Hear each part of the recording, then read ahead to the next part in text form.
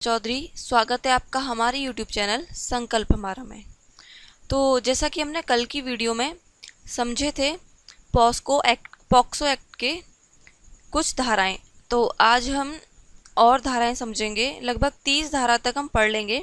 बाकी हमारे टोटल इसमें 46 धाराएं हैं। जो शेष धाराएं बचेंगी वो हम नेक्स्ट क्लास में यानी क्लास थर्ड में हम उसे कंप्लीट कर लेंगे। तो ये आज हमारी कौन सी क्लास है? ये आज हमारी क्लास सेकंड है। ठीक, तो ये जो पीडीएफ बनाई है, ये पीडीएफ मैंने खुद स्वयं बनाई है थोड़ी आसान भाषा में। जो भारत सरकार के द्वारा पीडीएफ दी गई है वो थोड़ी अलग पीडीएफ है। मैं उसको भी आपको दिखाऊंगी, फिर उससे हम समझ लेंगे आसानी से। तो चलते हैं हम अपने नेक्स्ट टॉपिक की ओर। तो कल हमने धारा 14 तक पढ़ लिया था। तो आज जो है हमारी है धारा 15। तो धारा 15 में कहा गया है, यदि कोई व्यक्ति बच्चों से संबंधित अश्लील सामग्री का भंडारण करता है, यानी यहाँ पर भंडारण यानी अगर आप इकट्ठा करके भी रखते हैं, यानी अपने पास अश्लील सामग्री बच्चों से संबंधित अगर कोई है, कोई व्यक्ति अगर बच्चों से संबंधित अश्लील सामग्री का भंडारण करता है, स्टोरेज करता है, भंडारण यानी स्टोरेज करता है, तो भी उसे कानूनन अपराध माना जाता है। क्या माना जाएगा? कानून अपराध माना जाएगा। अच्छा, इस अपराध के लिए पहली बार आपको कितनी सजा मिलेगी?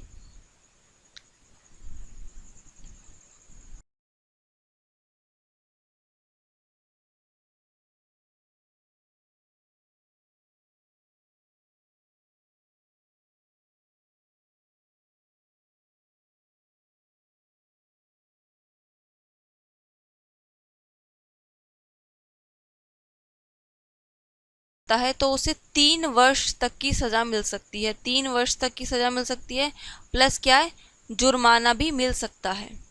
3 वर्ष की सजा मिल सकती है, प्लस क्या, जुर्माना भी मिल सकता है, यदि कोई व्यक्ति ये पहली बार करता है। अब यदि वो दोबारा से करता है, उसे 10,000 का जुर्माना देना पड़ेगा और 5 से 7 वर्ष की सजा का प्रावधान दिया गया है।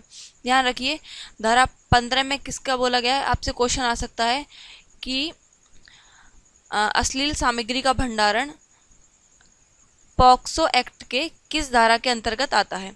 तो वो कौन सी धारा के अंतर्गत आता है? धारा 15 के अंतर्गत आता है। अच्छा, धारा 16 में बोला गया है अपराध का दुष्प्रेरण। अपराध का दुष्प्रेरण समझते हैं, इसमें क्या बोला गया है? बच्चों को अश्लील कार्य हेतु लालच देना या उसे उस कार्य हेतु प्रोत्साहित करना कानून अपराध माना जाएगा। तो अपराध का दुष्प्रेरण में क्या आएगा? आप अगर बच्चों को कोई भी अश्लील कार्य करने के लिए लालच दे रहे हैं, पैसे का, किसी भी तरीके का लालच, और या फिर उसे कुछ प्रोत्साहित कर रहे हैं, तो ये क्या है? कानून अपराध माना जाएगा। और इसमें भी क्या सजा का प्रावधान दिया गया है? 5,000 का जुर्माना है, 3 से 5 वर्ष की क्या है इसमें सजा है। तो नेक्स्ट की ओर चलते हैं हम। नेक्स्ट है हमारा 17, धारा 17, अपराध का दुष्प्रेरण हेतु दंड का प्रावधान। जो हमने दंड पीछे देखा था, ये जो हमने दंड देखा था 5,000 का जुर्माना और 3 से 5 वर्ष की सजा, ये कौन सी धारा है? ये धारा 17 है, जो हमने आगे लिखा है। क्या है ये धारा? धारा 17 के अंतर्गत आएगा। ये रही धारा 17, अपराध का दुष्प्रेरण हेतु दंड का प्रावधान। ठीक, अब है धारा 18, यानी बच्चों से संबंधित अश्लील कार्य का प्रयत्न करना कानूनन अपराध माना जाएगा। यदि अगर आप प्रयत्न भी कर रहे हैं, कोई भी बच्चों से संबंधित अश्लील कार्य का यदि आप कोई प्रयत्न भी कर रहे हैं, प्रयास भी कर रहे हैं, तो ये भी क्या माना जाएगा? तो ये भी कानूनन अपराध माना जाता है। ठीक, अच्छा, सेकंड पॉइंट क्या है इसका? अपराध के प्रति हेतु आजीवन कारावास तक की सजा का प्रावधान किया गया है। आजीवन कारावास तक हो सकती है इसके लिए, आजीवन कारावास यदि आप कोई अश्लील कार्य का प्रयत्न भी करते हैं तो। ठीक, नेक्स्ट है हमारा धारा 19, धारा 19। धारा 19 में क्या बोला गया है? बच्चों से संबंधित इस अपराध की रिपोर्ट विशेष किशोर पुलिस इकाई तथा स्थानीय पुलिस के पास रिपोर्ट दर्ज करवाई जाएगी। विशेष किशोर पुलिस के पास या स्थानीय पुलिस के पास। स्थानीय पुलिस यानी जो हमारी पुलिस होती है, स्थानीय पुलिस जो हमारे कहाँ रहती है, स्थानीय पुलिस रहती है ना हमारे आसपास थाने में।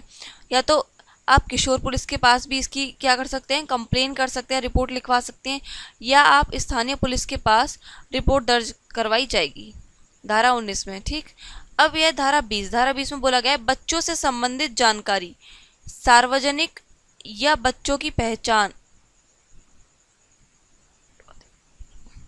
बच्चों से संबंधित। अब मान लीजिए अगर आपने थाने में क्या करवा दी, कंप्लेन करवा दी, तो बच्चों से संबंधित जो भी जानकारी होगी वो आप सार्वजनिक नहीं कर सकते, सार्वजनिक नहीं कर सकते, सार्वजनिक नहीं कर सकते।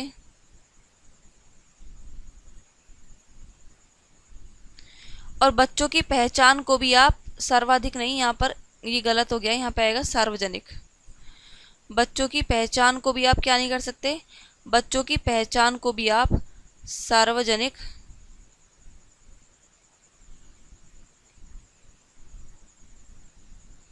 बच्चों की पहचान को भी आप क्या नहीं कर सकते,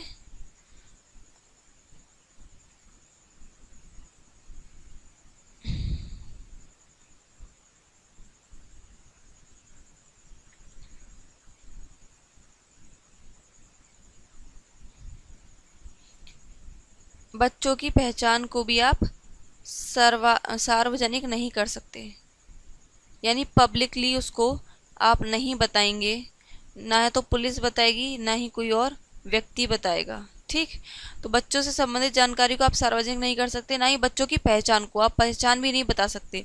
ये किस में दिया गया है, ये धारा 20 के अंतर्गत दिया गया है। नेक्स्ट की ओर बढ़ते हैं। नेक्स्ट है हमारी धारा 21। धारा 21 में बोला गया है यदि इसमें विफल रहता है, यानी किस में विफल रहेगा, यदि आपसे यदि पुलिस से अगर ये जानकारी सार्वजनिक हो जाती है तो, या किसी भी व्यक्ति से, किसी अन्य मीडिया या किसी से भी, तो दंड का प्रावधान किया गया है। यदि आपसे उसकी निजता का क्या है सार्वजनिक हो जाती है, उसकी जो भी जानकारी है, तो आपको क्या दिया गया है, इसमें दंड का प्रावधान किया गया है। किसमें, धारा 21 में। धारा 22 में क्या है, मिथ्यापूर्ण सूचना पर दंड का प्रावधान। यदि आप मिथ्यापूर्ण सूचना देते हैं, यानी आप गलत कंप्लेन लिखवाते हैं, जैसे कि आजकल बहुत होता है गलत कंप्लेन लिखवा देना, तो यदि आप गलत कंप्लेन लिखवाते हुए पकड़े जाते हैं तो इसमें दंड का प्रावधान है। दंड कितना दिया गया है भाई, 6 माह से 1 वर्ष तक की सजा का ये प्रावधान दिया गया है। यदि आपको ये जो आप बता रहे हैं रिपोर्ट वो अगर गलत साबित होती है तो 6 माह से 1 वर्ष की सजा का प्रावधान दिया गया है धारा 22 के अंतर्गत। उसके बाद धारा 23 है हमारा मीडिया के लिए प्रक्रिया। भाई मीडिया की बहुत भूमिका है, अगर कोई भी केस होता है तो पुलिस के पास सबसे पहले कौन जाती है, मीडिया। तो धारा 23 में क्या है, मीडिया के लिए प्रक्रिया बोला गया है। किसी भी प्रकार की मीडिया, किसी भी प्रकार की मीडिया हो सकती है, ज़रूरी नहीं जो आप टेलीविज़न पे देखते हैं वही मीडिया, स्टूडियो भी हो सकता है, फोटो चित्रण भी हो सकता है, यानी कोई जो फोटो भी खींचते हैं न्यूज़पेपर वगैरह में वो भी हो सकते हैं।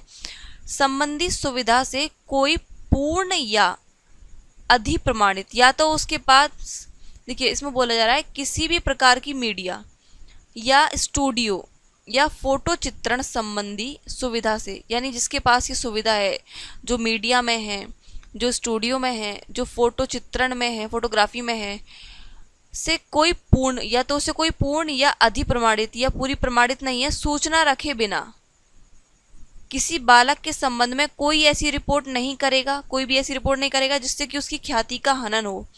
क्या हो, ख्याति का हनन हो या उसकी निजता का उल्लंघन हो। ये किस में बोला गया है, धारा 23 में। यानी मीडिया पर क्या लगाई कसी गई है, इसमें लगाम लगाई गई है मीडिया पर। ठीक, इसीलिए मीडिया आपने देखा होगा अक्सर अगर किसी भी लड़की या किसी भी बालिका के साथ कोई दुष्कर्म हो जाता है तो वो उसका फोटो पूरी तरह नहीं दिखाते, यहाँ तक कि हमसे मना किया जाता है मीडिया से कि आप उसका पता भी नहीं बता सकते हैं, ना ही उसका पड़ोस बता सकते हैं, ना ही उससे ऐसी रिलेटेड कोई इन्फॉर्मेशन दे सकते हैं जिससे कि उसका पता लगाया जा सके। तो नेक्स्ट की ओर बढ़ते हैं हम। नेक्स्ट है हमारा धारा 24। धारा 24 में बोला गया है बालक के कथन को अभिलिखित करना। देखिए यहाँ स्पेलिंग थोड़ी गलती हो गई है, यहाँ पर ये छोटी की मात्रा चढ़ेगी, अभिलिखित, ये गलत है इसमें, ठीक। ये जो पोर्शन है इसमें क्या है, ये गलत है, अभिलिखित एक साथ आएगा। तो बालक के कथन को अभिलिखित करना। अब देखिए इसमें बोला गया है बालक के निवास पर, दूसरा पेन चेंज कर लेते हैं हम, इससे थोड़ा कम दिखाई दे रहा है। देखिए पर अभिलिखित करेंगे आप, या तो जो भी कथन बोलेगा बालक, जो उसके साथ हुआ, जो घटना कथन बोलेगा उसको कहाँ लिखेंगे, या तो आप बालक के निवास पर लिखेंगे या ऐसे स्थान पर जहाँ वे साधारणतया आएगा यहाँ पे, साधारणतः, इसे हटा दीजिए, साधारणतः निवास करता है, या तो जहाँ ऐसे स्थान पर, या तो वो निवास पर है या फिलहाल में रह रहा है, या फिर वो जहाँ निवास करता है, या उसकी पसंद के स्थान पर, जहाँ उसको पसंद है, जहाँ वो आना चाहता है, वहाँ पर महिला पुलिस अधिकारी द्वारा अभिलिखित किया जाएगा। ध्यान रखिए किसी जो मेल पुरुष जो है पुलिस अधिकारी द्वारा नहीं किया जाएगा, महिला पुरुष अधिकारी द्वारा ये लिखा जाएगा। धारा 25 में बोला गया है मजिस्ट्रेट द्वारा बालक के कथन को अभिलेखन करना। देखिए इसमें पूरी प्रक्रिया दी गई है, मजिस्ट्रेट किस किस तरह लिखा जाएगा, तो हमारे लिए केवल इतना ही बहुत है कि मजिस्ट्रेट द्वारा बालक के कथन का अभिलेखन करना। हमें ज़्यादा कोई धारा, तो भाई हम दरोगा या किसी इसकी तैयारी तो नहीं कर रहे, तो उसके हिसाब से इतना ही इनफ है। इसमें से अगर आएगा तो हम सीधे लगा देंगे कि मजिस्ट्रेट किस में लगाता है, भाई धारा 25 में लगाता है। मजिस्ट्रेट जो अभिलेखन करता है किस में करता है, धारा 25 में करता है। तो नेक्स्ट की ओर बढ़ते हैं। नेक्स्ट है हमारा धारा 26। धारा 26 में बोला गया है अभिलिखित, यहाँ पर भी स्पेलिंग गलत है इसकी, सॉरी, अभिलिखित किए जाने वाले कथन के संबंध में अतिरिक्त, यानी अब आपने जो वो भी बालक बता रहा है रिपोर्ट, जो उसके साथ घटना हुई है उसको अभिलिखित तो कर लिया, अब इसके सिवा और भी कुछ कथन है उसके अतिरिक्त हम इसमें जानेंगे। धारा किसमें, धारा 26 में क्या है, देखिए उपबंध मजिस्ट्रेट या पुलिस अधिकारी, या तो आपके मजिस्ट्रेट या पुलिस अधिकारी बालक के माता पिता या किसी अन्य व्यक्ति जिसमें बालक का भरोसा या विश्वास है उपस्थिति में बालक द्वारा बोले गए कथन अनुसार अभिलिखित करेगा। किस में करेगा, या तो वो उसके, देखिए पहले में तो हमने ही बता दिया कि वो कहाँ अभिलिखित करेगा, कौन से स्थान पर करेगा, तो या तो उसके घर में करेगा, है ना, जो धारा 25 थी, या तो घर में करेगा या ऐसा स्थान जो बालक को सुविधाजनक हो। अब इसमें बोला गया है कि भाई मजिस्ट्रेट या पुलिस अधिकारी जो है वो किसके सामने अभिलिखित करेगा, या तो भाई माता पिता के सामने करेगा या किसी अन्य व्यक्ति जिसमें बालक को भरोसा या विश्वास है, उपस्थिति में बालक द्वारा बोले गए कथन अनुसार अभिलिखित करेगा। या तो माता पिता की उपस्थिति होनी चाहिए या किसी अन्य व्यक्ति की जिसमें बालक का क्या है, भरोसा है। तो नेक्स्ट की ओर बढ़ते हैं। अब है हमारी धारा 27। धारा 27 में बोला गया है बालक की चिकित्सीय परीक्षा। अब बालक की चिकित्सीय परीक्षा कैसे होगी, किस किस के अंतर्गत होगी, ये सब किसके आएगा, धारा 27 के अंतर्गत आएगा। तो इसमें बोला गया है यदि पीड़िता कोई बालिका है, यदि कोई पीड़िता क्या है, बालिका है, तो चिकित्सीय परीक्षा किसी महिला डॉक्टर के द्वारा ही होगी। देखिए यहाँ पर ये क्वेश्चन सही है कि यदि बालिका होगी तो चिकित्सीय डॉक्टर कौन होगी, महिला ही होनी चाहिए, कोई भी पुरुष नहीं चिकित्सा कर सकता, ये साफ साफ नियम में मना किया हुआ है। तथा चिकित्सीय परीक्षा बालक के माता पिता या किसी अन्य व्यक्ति की उपस्थिति में ही की जाएगी, ये भी साफ साफ लिखा गया है, या तो माता पिता हो बालक के, बालिका के, या कोई ऐसा व्यक्ति जिस पर क्या है, जिस पर बालक को भरोसा या विश्वास है, उसकी देखरेख में क्या होगी, चिकित्सीय परीक्षा होगी। अब यदि मान लीजिए माता पिता नहीं है, माता पिता बच्चे के नहीं आए, ना ही अन्य कोई व्यक्ति है, तो किसके अंडर में होगा ये काम, तो बोला गया है बालक की माता पिता या अन्य व्यक्ति उपस्थित नहीं है तो चिकित्सीय संस्था का प्रयोग द्वारा, यानी जो भी आपकी चिकित्सीय संस्था है जिसमें आप चिकित्सा ये करवा रहे हैं बच्चे की, बालक की, उसका जो भी प्रमुख प्रमुख होगा, जो हेड होगा, उसके द्वारा जो नाम निर्दिष्ट होगा, यहाँ पे निर्दिष्ट या निर्देशित किसी महिला, यानी वो मान लीजिए कोई हॉस्पिटल है, उस हॉस्पिटल में, उस संस्था में कोई भी वहाँ का प्रमुख है, वो किसी महिला का नाम निर्देशित कर देता है, निर्दिष्ट कर देता है कि ये महिला भाई इसकी उपस्थिति होनी चाहिए, तो क्या हो जाएगा, तो इस बालक की चिकित्सा हो जाएगी। यानी कोई ना कोई महिला उपस्थित होनी चाहिए, ये बोला गया है धारा 27 के अंतर्गत। अब है नेक्स्ट हमारी धारा 28। धारा 28 में बोला गया है विशेष न्यायालय को अभिहित किया जाना, विशेष न्यायालय को अभिहित किया जाना।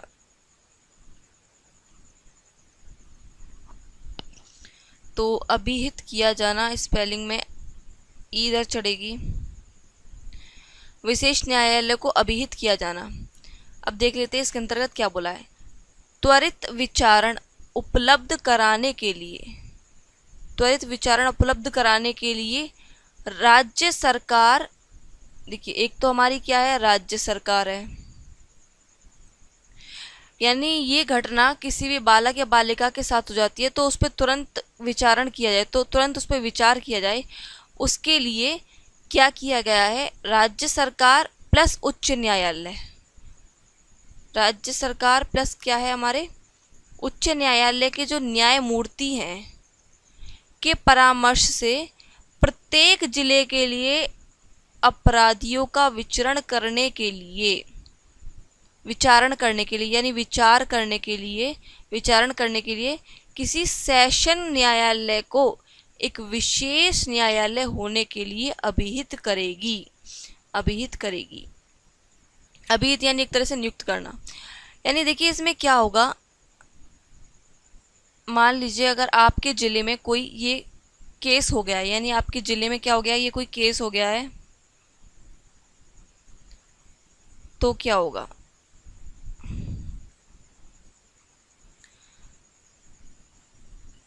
तो जो हमारी राज्य सरकार है, जैसे आप जिस भी राज्य में रहते हो वो राज्य सरकार प्लस जो उच्च न्यायालय का न्यायमूर्ति होगा, उच्च न्यायालय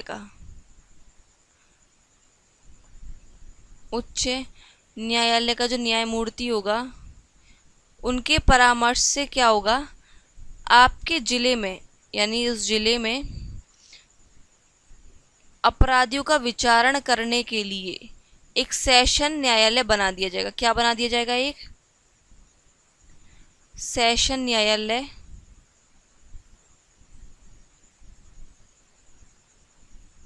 सेशन न्यायालय नियुक्त कर दिया जाएगा, एक तरीके से अभिहित कर दिया जाएगा, ताकि उस पर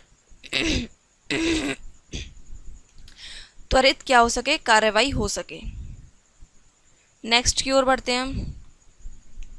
नेक्स्ट है हमारा धारा 29 कतिपय अपराधों के बारे में उपधारणा। ये जो शब्द हैं ये सभी आपकी धाराओं में यूज़ किए गए हैं, तो इन्हें समझना काफ़ी महत्वपूर्ण है। उसके लिए पहले हम इसे पढ़ते हैं। तो धारा 29 में बोला गया है किसी व्यक्ति को इस अधिनियम की धारा 3, धारा 5, इस अधिनियम में जो धारा 3, धारा 5, धारा 7 और धारा 9 दी गई हैं के अधीन किसी अपराध को करने या उसको करने का प्रयत्न करने के लिए अभियोजित किया गया है। यहाँ पर देखिए अभियोजित का मतलब है, यानी किसी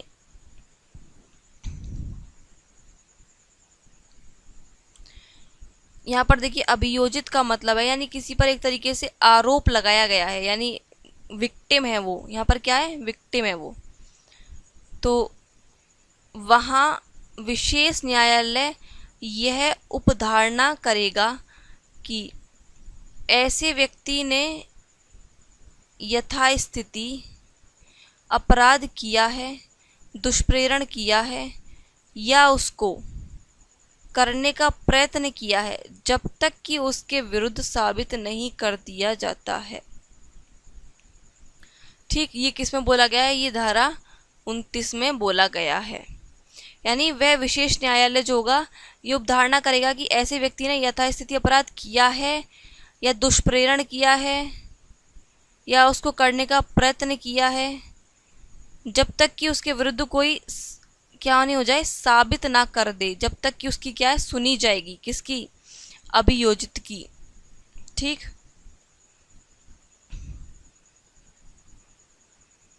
अब नेक्स्ट जो है हमारा वो है धारा 30। धारा 30 में बोला गया है आपराधिक मानसिक दशा की उपधारणा। तो देखते हैं इसके अंदर के क्या बोला गया है। किसी अपराध के लिए किसी अभियोजन में, मान लीजिए कोई अपराध है और किसी अभियोजन, अभियोजन का मतलब होता है जब किसी कानून कार्रवाई की शुरुआत होती है, यानी कानूनी कार्रवाई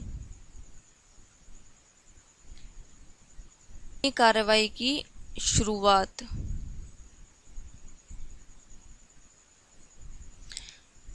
ये जो भाषा है, ये सारी जटिल भाषा आपके इस कानून में दी हुई है, तो हमें इसे समझना भी ज़रूरी है भाई। इसमें बोला गया है यदि किसी अपराध के लिए, यानी अब मान लीजिए किसी ने अपराध कर दिया, तो उसके किसी अभियोजन में, अभियोजन का मतलब क्या है, कानूनी कार्रवाई की शुरुआत हो रही है, ठीक, में अभियुक्त की ओर से, अभियुक्त यानी इसमें कहलाएगा जो दोषी, आपको जिसने आप पे मतलब जिसने विक्टिम, विक्टिम एक तरीके से बोलेंगे, यानी जिसको आप दोषी करार कर रहे हैं, जिस पर आप आरोप लगा रहे हैं, ठीक है, जो आरोपी आप जिसे मान रहे हैं वो एक तरीके से अभियुक्त वो कहलाएगा। फिलहाल वो आरोपी है नहीं, क्योंकि भाई जब तक ये बात क्लियर ना हो जाए तो वो विक्टिम के आरोपी कैसे हो जाएगा, तो अभी वो अभियुक्त है। तो यानी अभियोजन में जो अभियुक्त की ओर से आपराधिक मानसिक स्थिति की अपेक्षा करता है, विशेष न्यायालय ऐसी मानसिक दशा की विद्यमानता की उपधारणा करेगा, यानी उसे जांचेगा, किंतु अभियुक्त के लिए यह तथ्य साबित करने के लिए प्रतिरक्षा होगी। यानी देखिए, कोर्ट अपनी तरफ से ये जांच करेगा कि ये इस विक्टिम ने ये अपराध किया है या नहीं किया, लेकिन इस अभियुक्त को भी एक क्या मिलेगी, छूट मिलेगी। वो छूट क्या है, छूट क्या है, यानी वो अपनी प्रतिरक्षा करने के लिए वो अपनी प्रतिरक्षा कर सकेगा इसमें, जिस तरह वकील वगैरह रखते हैं हम लोग प्रतिरक्षा करने के लिए, तो साबित करने के लिए प्रतिरक्षा होगी किसकी, अभियुक्त की, कि उस अभियोजन में किसी अपराध के रूप में आरोपित कृत्य के संबंध में उसकी ऐसी मानसिक दशा नहीं थी, यानी उसकी जो भी अपराध लगाया गया है उसकी ऐसी मानसिक दशा नहीं थी कि वो इस तरह के कार्य करेगा। तो ये किसको दी जाएगी, ये विक्टिम को दिया जाएगा। अच्छा, अब इसी में बोला गया है इस धारा के प्रयोजनों के लिए किसी तत्व का साबित किया जाना केवल तभी संभव कहा जाएगा। कब संभव कहा जाएगा, जब विशेष न्यायालय उसके युक्त संदेह से परे विद्यमान होने पर विश्वास करता है। देखिए, या तो उसके वो इस तरह के प्रमाण देगा प्रतिरक्षा के बल पे, इस तरह के अपने क्या तर्क देगा, इस तरह के प्रमाण देगा कि या तो उसको विश्वास होता है किसको, विशेष न्यायालय को, और अगर नहीं होता तो केवल तब नहीं जब उसकी विद्यमानता संभवता की प्रबलता द्वारा स्थापित हो। तो आप केवल तब नहीं कर सकते कि उसकी जो विद्यमानता है वो केवल संभवता बोले, यानी वो प्रमाणित ना कर पाए, तो तब उसमें कौन चलेगा, तब उसमें न्यायालय की चलेगी, उसको क्या बोला जाएगा, विक्टिम बोला जाएगा फिर। ठीक, नेक्स्ट की ओर बढ़ते हैं। तो आज की वीडियो में हमने यहीं तक सीखा है, और हमने लगभग धारा कहाँ से सीखी है, धारा 15 से धारा 30 तक कंप्लीट कर लिए हैं। अब जो धारा 46 तक और बची हैं वो भी कर लेंगे, और लास्ट में आप डरिएगा मत, मैं याद कैसे करेंगे, लास्ट में मैं आपके लिए एक शॉर्ट में ही माइंड मैप दे दूंगी, ठीक, जिसके ज़रिए आप रिवाइज कर सकेंगे क्विक। ठीक, तो वो मैं कल आपको दे दूंगी, और साथ में ये भी दिखा दूंगी कि जो भारत सरकार ने ये अधिनियम निकाला है तो उसकी जो पीपीटी है वो भी मैं आपको दिखा दूंगी, उसको हम कैसे समझेंगे। वैसे उसको समझना आपके लिए, आप इसी पीपीटी से समझे तो ज़्यादा बेहतर है, उसको आप एक बार पढ़ लीजिएगा, ठीक, तो आज की वीडियो में हम इतना ही करते हैं, और वीडियो अच्छी लगी तो प्लीज़ वीडियो को लाइक करें और चैनल को सब्सक्राइब भी ज़रूर करें, और अपने दोस्तों में भी ज़्यादा से ज़्यादा क्या करें, शेयर करें। मिलते हैं नेक्स्ट वीडियो में। आप सभी का बहुत बहुत धन्यवाद।